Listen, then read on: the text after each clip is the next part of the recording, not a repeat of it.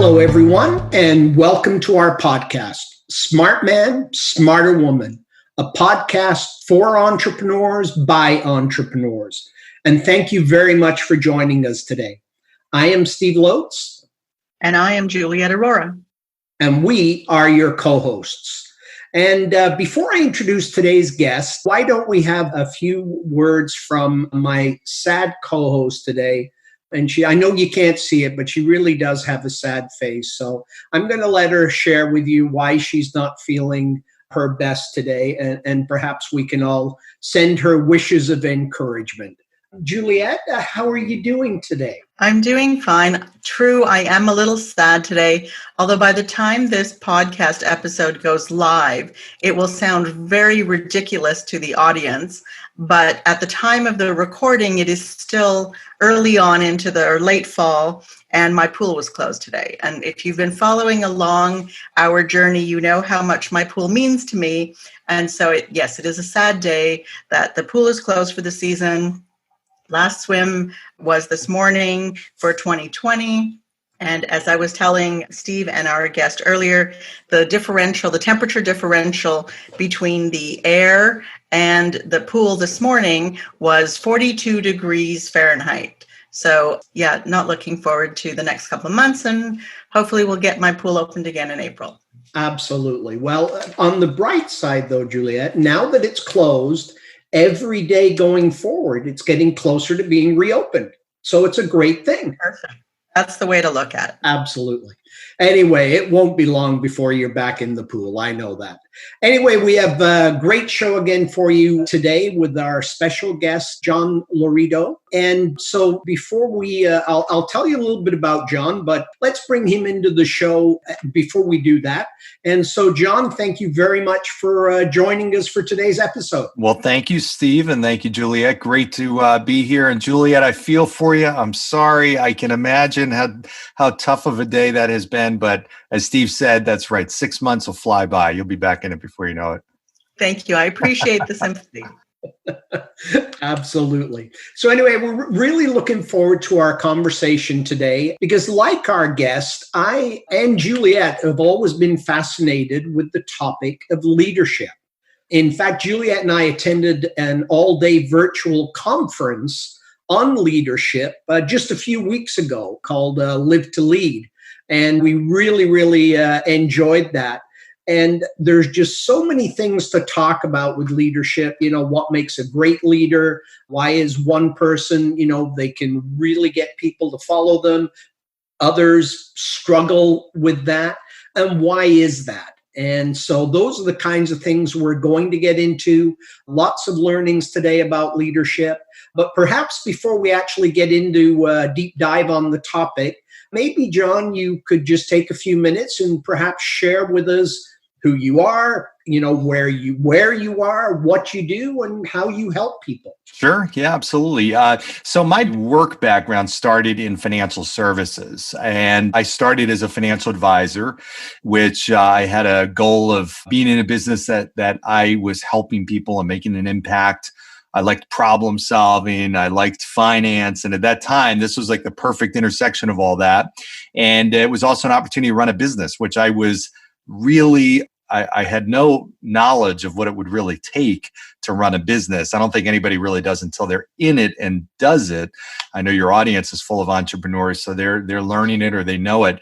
And it was tough. I mean, I almost failed out of the business in my first year and second year. It took me almost 3 years to really get it going. And when it did, and I figured out some things that really dramatically changed and grew my business. And then it was no turning back. And I got an opportunity to step into a leadership role that involved me mentoring and training other people. And once I did that, I got bit by the bug. I just was fascinated with leadership. I was intrigued by it. I loved it. Just the whole concept of someone impacting and influencing large numbers of people or even a single person to do things that they weren't able to do themselves or wouldn't have otherwise done, to me has always been fascinating. So I spent 20 years in financial services, and my focus in leadership in that arena was to turn around companies. I had taken over an office that was ranked 100 out of 110 in the country and brought it up to number 1 in the country, and learned a lot from my mistakes and also successes and the importance of building a great team and people around you. And then did that a few more times at different spots across the country, similar types of things. And over the last few years, I started to get involved in speaking engagements and consulting and helping other people and other companies, and decided earlier this year, actually in February, that I wanted to do it full time. I had been planning it and decided to make the leap and immerse myself in this and start my own business. Of course, I knew that COVID was coming, and I had planned it perfectly and knew exactly that that was going to be the environment I would be in. So it was all part of my grand master plan. Now, in reality, it was we'll talk about that, I'm sure, but it was a big wake-up call. But I am doing this now. I'm working with companies. I'm helping them develop leaders. I do speaking engagements, keynotes now virtually. I do executive coaching with business owners and CEOs. So I have a blast and love it. And as you know, I do a podcast too, similar to what you're doing. So that's my life now. And I'm down in North Carolina, close to family, and loving every day. Awesome. Excellent. I do love, we've had a couple of guests over the last several months who either started a new business or pivoted their business and, launched a new service. Again, timing wise, could probably not have picked a worse time to do that. But I think it really shows the resilience of entrepreneurs, that even though it is a completely unknown, what the next step looks like, nobody knows, that you're still sticking with it and you're still, loving every day of it, even though you've launched in probably one of the worst times in history. So kudos to all the entrepreneurs out there who are navigating this as well. Mm-hmm. Well, it's interesting because this has forced everybody into or out of their comfort zone in some way or another. They've had to change their life or they've changed their business.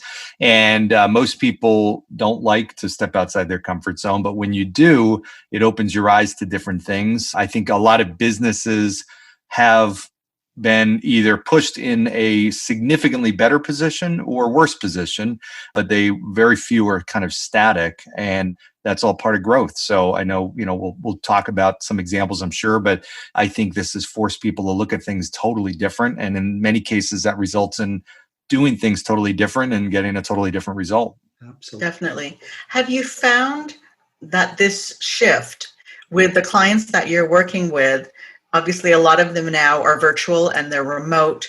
Have you found that they've needed to change their leadership style as well? Yes, without a doubt. And that's the thing I am asked and kind of called upon to talk about more than anything else is, what does leadership look like now? Because, even without COVID and this pandemic, leadership has shifted dramatically, because the days of being that commanding style, authoritative leader, do this and do that, and that's really dwindled, and that's not what today's and tomorrow's leader is all about.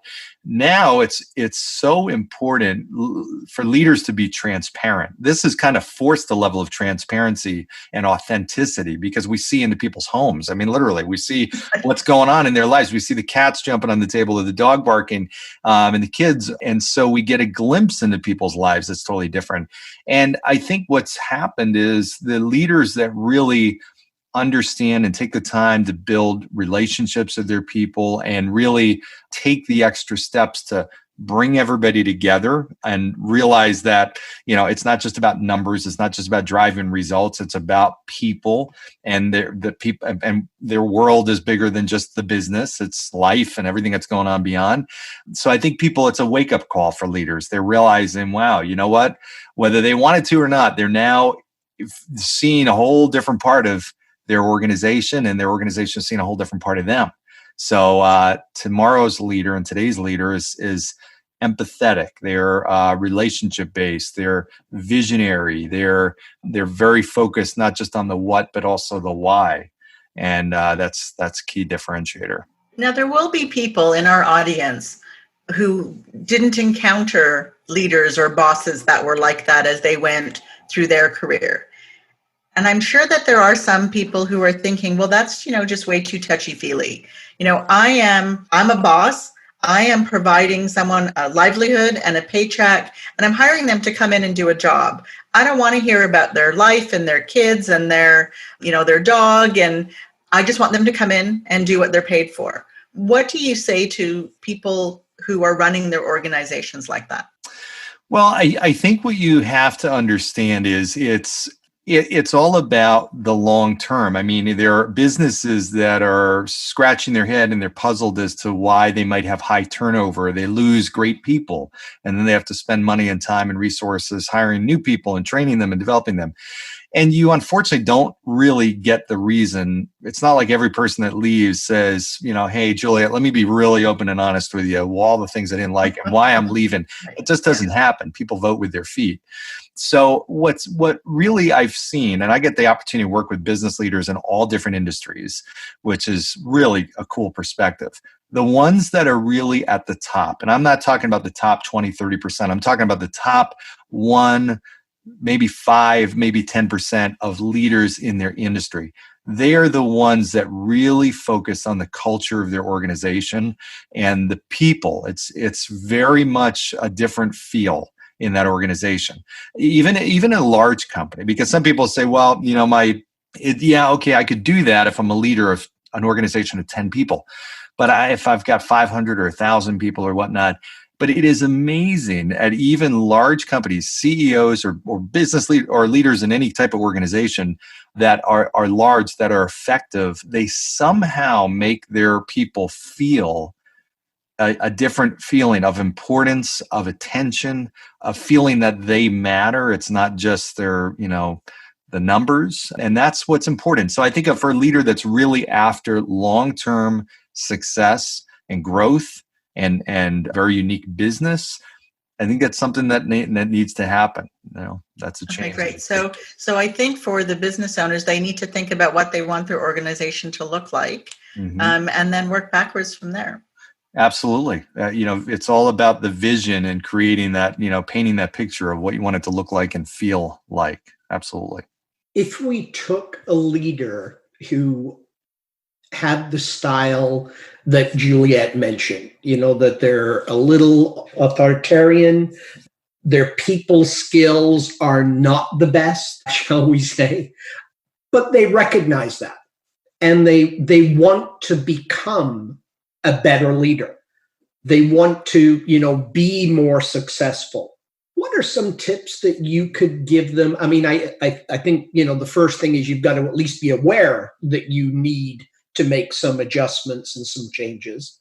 But what tips could you give them to perhaps help them start making that shift? Such a great question. I think, and the good thing about this, there's not only one formula to be a great leader. So there are some very authoritative, commanding leaders that are extremely successful. Steve Jobs was one of them. Elon Musk is another one. I mean, there's tons of very successful leaders that have that style. So it's not that you can't be successful with that, but for a leader that really has a level of awareness that they say, you know what, I need to change. I want to change even a little bit. The first step is we've got to work on allowing ourselves to be more authentic. I think that leader oftentimes really is reluctant to kind of pull the curtain back and let people understand how they feel or what they're thinking. I mean, I think a great thing a leader can do in that situation is talk about it with their people, their team, and say, hey, here's what my goal is personally. I want to become better. I know sometimes I don't show it. And I don't necessarily, it kind of seems like I'm all business and all about the numbers, but there is more to me and I am interested and I do want to take an interest and I do want to hear how your weekend has gone and I do want to know who your family is and things like that. So I think that's the first step, is acknowledging it and also talking about it and being more transparent and open. It's amazing what happens when leaders drop their guard and stop trying so hard to be somebody that they're really not. There's many leaders that in the workplace, they're one person and personally, they're totally different. And that's not healthy. It really is not. Granted, we're all a little bit different, obviously, outside of work than in, but there shouldn't be like two opposite types of people that really, and I was for a period of time when I got into leadership, I was a very different person in work than I was out of work because I thought there was a very specific personality style. I thought there was a formula. And it wasn't my natural way. And for the first couple of years, I mean, I remember friends hearing stories about work or vice versa, and they'd be like, what? That doesn't sound like you. And it took me a little while. And I started then to just relax and be myself. And not only did I enjoy it more, but my results went up dramatically. I thought people wouldn't respect me as much. Conversely, they respected me more. I thought they wouldn't listen to me as much or do what I was asking them to do. They did more. There was more loyalty. There was more retention. There was more people wanting to be part of my team. There was more fun. And the results were better. It was kind of a really interesting case study. That's great. It's interesting that you say that about the disparity between how you are in the workplace versus how you are personally. One of the tools that we started using recently is something called Predictive Index. And I don't know if you've ever heard of it. Mm-hmm. But what it actually does is it evaluates a person as to how they perceive they need to be for the role that they're applying for, that they're in. And then it asks a whole bunch of questions that give you how they perceive themselves. And one of the metrics that comes out of this assessment is it maps the disparity between the two. And that if there is a huge disparity, they're basically telling us that at some point this person is going to walk out because they're doing something that is so against who they are as a person. So I find it interesting that you say that from a leadership perspective as well, mm-hmm. how fundamental that is. And I guess if it's fundamental for your team and your employees, why wouldn't it be as a leader? So I love that example. We will continue with our conversation right after this message from a friend of the show. AIS Solutions is an award-winning cloud accounting firm serving small business all across Canada. If you want to migrate to a powerful and effective paperless accounting system and get your financials wherever you are, whenever you want them, then contact AIS Solutions team of trained professionals today at www.aissolutions.ca. And now, back to our conversation. Yeah. One thing I'll add to that too is, you're speaking about it without necessarily using the words, but core values. What I think about and anybody that I'm working with is I've seen leaders that have taken roles within organizations and they didn't necessarily take the time to think about how their own core values relate to the company's core values. And to your point, Juliet, ultimately there became this internal rub, because if my core value is balance in life and family, and I'm joining an organization that truly believes you should be working 80, 90, 100 hours a week, then that's not going to jive. That's not going to, at some point that's going to break down. And that's an extreme example, but it could be other, lots of examples. So I think the leaders and business owners and entrepreneurs starting businesses, does this business really fit in with your core values, with what you believe in? The best entrepreneurs are the ones that truly, they have a powerful why. There's a passion there. It's not just, hey, I heard about this business and it makes a lot of money, so let me buy this franchise or let me do this because I think that's where the money is. I see that all the time, and rarely does that end up working out, and rarely does that person end up having the wherewithal and the fortitude mentally, emotionally, physically to go through the downs as well as the ups that you have to in starting a business. And it would be very hard as a leader to motivate your team and get them excited if you're not excited. Absolutely. I was just talking to a client recently who was really expressing some frustrations in his team, their performance, and the fact that they were really, as he called it, checked out. They really were not showing up. They weren't doing anything. And I said, well, let me ask you this, and this may be a tough question to answer, but what would they say about you? What would they characterize you right now? And he thought for a minute, there's a little silence, and he said, I think they'd probably say the same thing about me. I said, okay, well, is there any reason that you would expect different of them? If that's that's what you're going through and you're setting that example, you're setting the tone. So leaders always need to look in the mirror first. Good, bad, or indifferent, whatever's going on in their organization is a reflection of them. Yeah, which sometimes is a pretty scary thought that, you walk into a building, when you weren't remote and you walk into your office as the owner or the leader of a team, and how it is that you feel reflects in how your team is also going to feel. And it's sometimes, for entrepreneurs, that's a lot of pressure. It's, I can't have a bad day. I'm not allowed a bad day because then all of my team has a bad day. And I think being able to give them permission that, yes, they're human, they're allowed to have a bad day, but acknowledging that it also reflects within the team, I think is fairly important. Well, and I think also, and this again goes to the transparency, because what happens is, and you're right, that is a lot of pressure for a leader to think about, wow, I can't have a bad day. No, of course, you're going to have bad days, but how do you handle it? And what do you have any kind of routine that kind of gets you back at least to a neutral spot, so you're not walking in, with a sour face? I remember one of my employees came up to me one time and said, "Hey, is everything okay?" And I said, "Yeah, why?" He said, "I don't know. I'm sensing like this really weird vibe from you." And truth be told, I had a tough day. It was something personal was going on, or a tough weekend, and I'm like, wow, I just had a rough couple of days. So yeah, no, I'm totally fine. He said, okay, but you and I are okay, right? You're not mad at me, are you? I'm like, no, not at all. Why would I be mad at you? He said, oh, I don't know. I kind of just thought maybe you had a problem with me.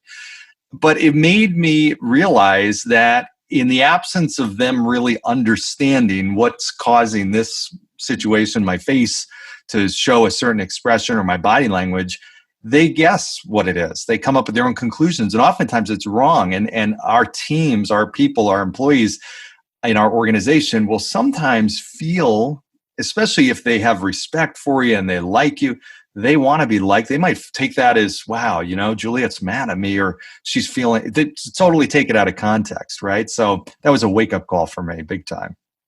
Just a reinforcement of that transparency piece you talked about. Yep, absolutely. Yeah. So the key then to be a great leader is to be genuine, to be real, to be yourself, and to care about the people who you work with. Absolutely. I mean, those are big pieces. There's a lot to it, but those are that's the foundation. I mean, people they want to follow people that have a strong sense of who they are. People are smart. They can tell if you're kind of faking it or you're trying to be somebody that you're really not. There's nothing that lets people down when they see a leader. That there shouldn't be a mystery with a leader. It shouldn't be trying to figure somebody out. There's some, I guess there's some allure with being that cryptic, mystical, figure or whatnot, where nobody can figure you out. But in leadership, in this day and age now, we got enough things that are confusing people, enough unknowns. Their leader should not be an unknown. Their leader should be a stable force, a stable figure, consistent, predictable to some extent, and someone who brings them a feeling of safety and security. In light of these uncertain, unstable times that might be ahead, in this tough journey that we're going to be taking as an organization ahead, I've got to be that leader that people look at for that calming, kind of a feeling of security, that security blanket almost. Then I'm going to get people to charge up the hill behind me. Right. That's great. So one of the things that we've said in several different ways is the responsibility of a leader within the organization. And I guess, going back to my comment about, well, that's a lot of pressure. You don't necessarily you're not allowed to have a bad day. There is a lot of pressure in being a leader. And I think for entrepreneurs and business owners who think that it's easy to lead a team, it's not. And that, how would you advise them? Because we're all still human as entrepreneurs and business leaders. Where do we get our cup refilled? Like, we're making sure that our team is okay and that, we're connected to them and we're empathetic with them. Where would you recommend that other leaders are, or that leaders are able to refill their cups? I think a couple of things. You have to have, I think it's very critical to have a routine that you start your day with. I think that just gets things going in the right way. And it's less important what the routine is and more important that you have a routine. I wake up, I go to the gym early in the morning. I need that to get my day started. I take a cold shower. I have a place where I sit. I usually will reflect on what I'm grateful for. I'll write my to-do list for the day. I'll do a journal entry, something quick like that gets my mind and my body in the right place. I think leaders need to do that, and that sets the day. And then you have to have your outlets. You have to have the things, whether it's a loved one and spending time with them, if it's a social outlet or something that just gives you the ability to let out some steam, somebody to talk to, somebody that comforts you. I think that's a really critical piece too. Excellent. That's great. Great advice. Now, I know you've written a book, not out yet, coming out shortly, hopefully December, January. For those of us who want to read your book, what are we going to get from it if we read the book? So I've always devoured leadership books. I've read as many as I can. And I've always, with most books, I get left with this feeling like, wow, that was a great book. Really cool concepts, but now what? Like, what do I do with this? And it's always been a challenge to say, okay, here's what I'm going to do differently as a result of reading this book. So what I wanted to do with my book is really make it a book for leaders that want to become better leaders, but want to turn the concepts into action. So I'm a big storyteller. I love stories. I think they make points really well. So my book is full of all kinds of stories, personal situations, stories about me leading organizations, but also famous examples of leaders in all different industries and all different walks of life so that readers can really understand it better. And then it breaks it down in different points of the book of, okay, now what? What do you do with this? Here's what you can do. So it's a very actionable, I think it's a fun read. It's full of really what I think are the most important concepts of being a top level leader. Basically, what do top level leaders think? What do they say and what do they do? And that's what it's all about. Awesome. And the name of the book is Tomorrow's Leader. Tomorrow's Leader, and it will most likely, as you said, be out either the end of this year, beginning of next year. So a couple of months from now. And listeners can go to my website, which is lauritogroup.com, Laurito group.com, and that'll have information as it's getting near to that, or my podcast, which is also called Tomorrow's Leader.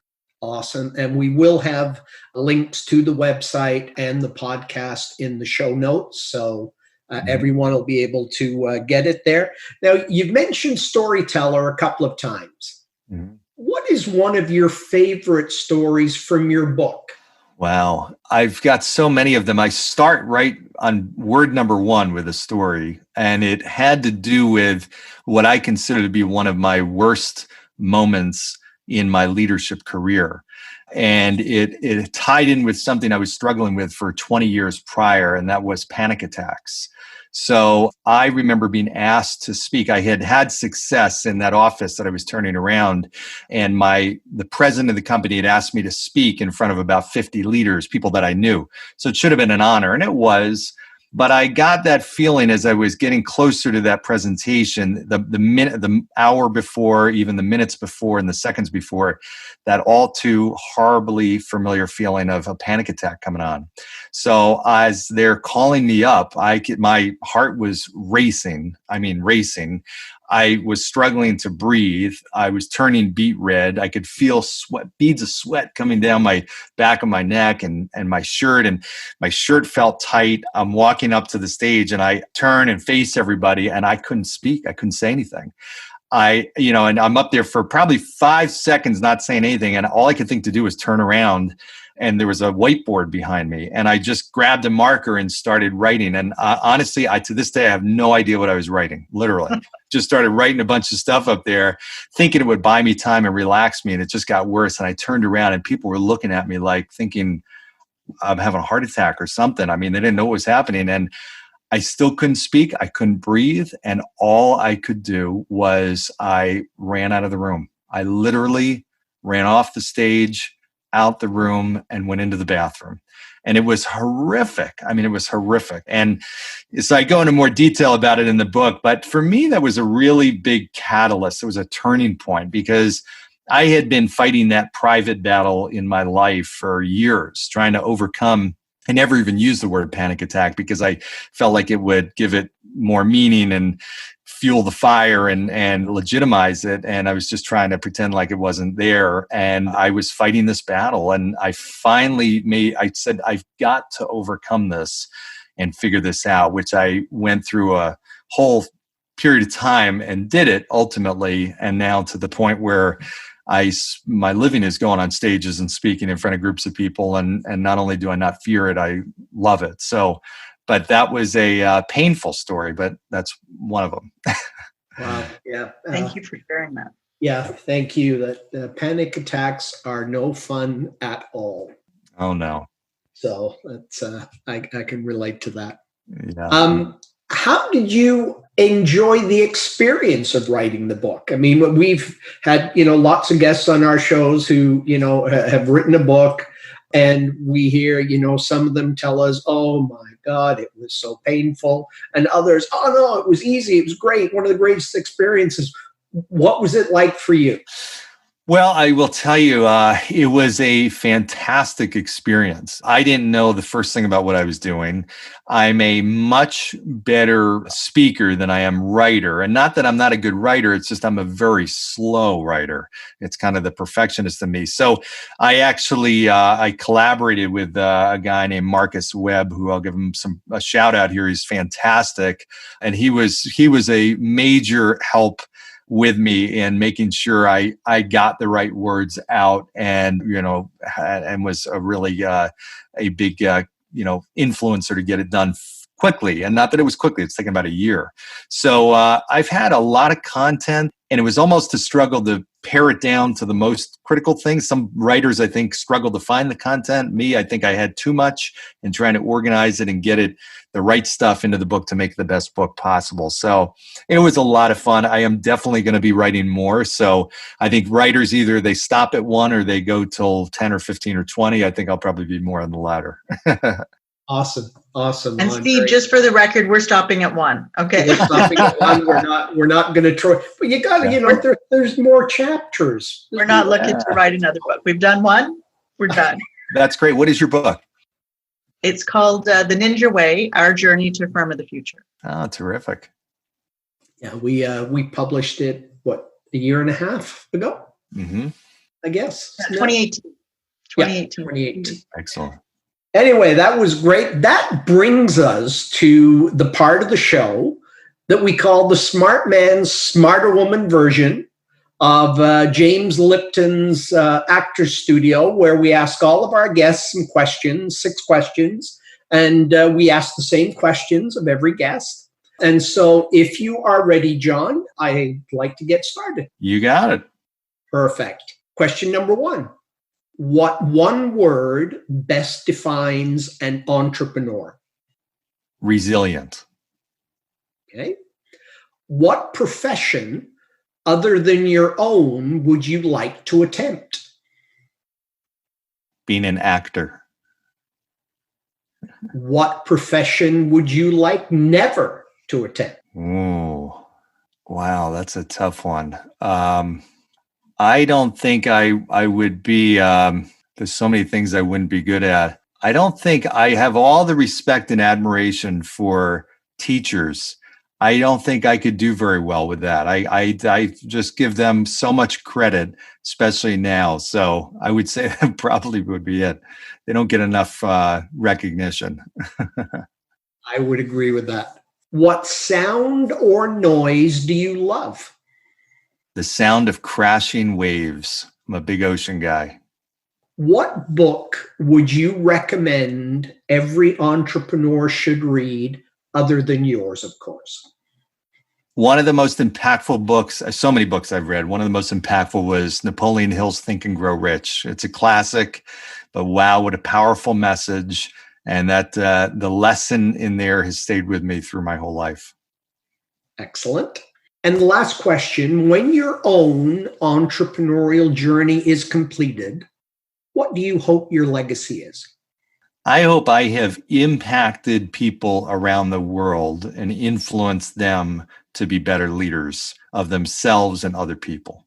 I'd like to be known as the person who's had a worldwide impact on that. Awesome. And for the listeners to the show, if they want to connect with you, what is the best way for them to do that?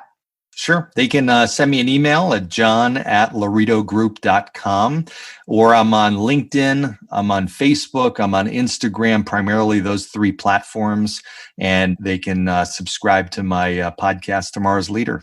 Awesome. And before we conclude the episode, do you have any final thoughts, John, that you would like to share with our audience of entrepreneurs? I'm a big believer that number one is being an entrepreneur is very tough, and it takes a lot of dedication. And as much as it may be, maybe today you're listening to this and you are having a horrible day or a horrible month or a horrible year, those conditions are temporary. And if you have that resilience and persistence to just keep going, if you truly believe in something, you're passionate about it, then things will turn, and you have to trust that, and you have to embrace that. That's what I would leave the audience with. Awesome. That's great advice. And what about you, Juliet?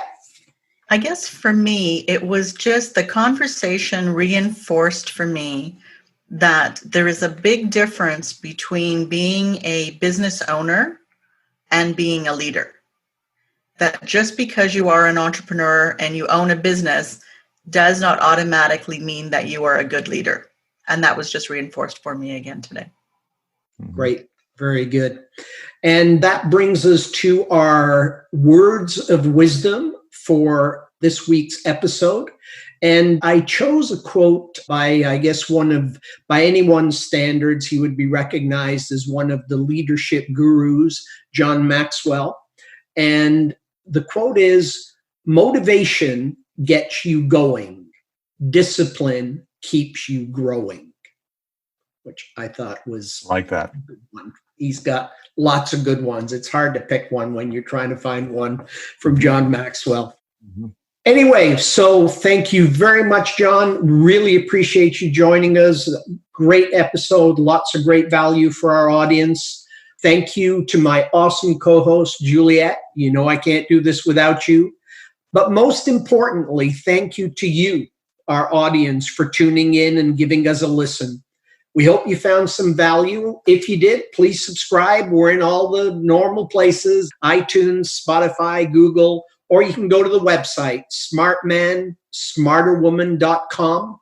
So thank you. Until next time, take good care of yourself and those that you love. Bye for now.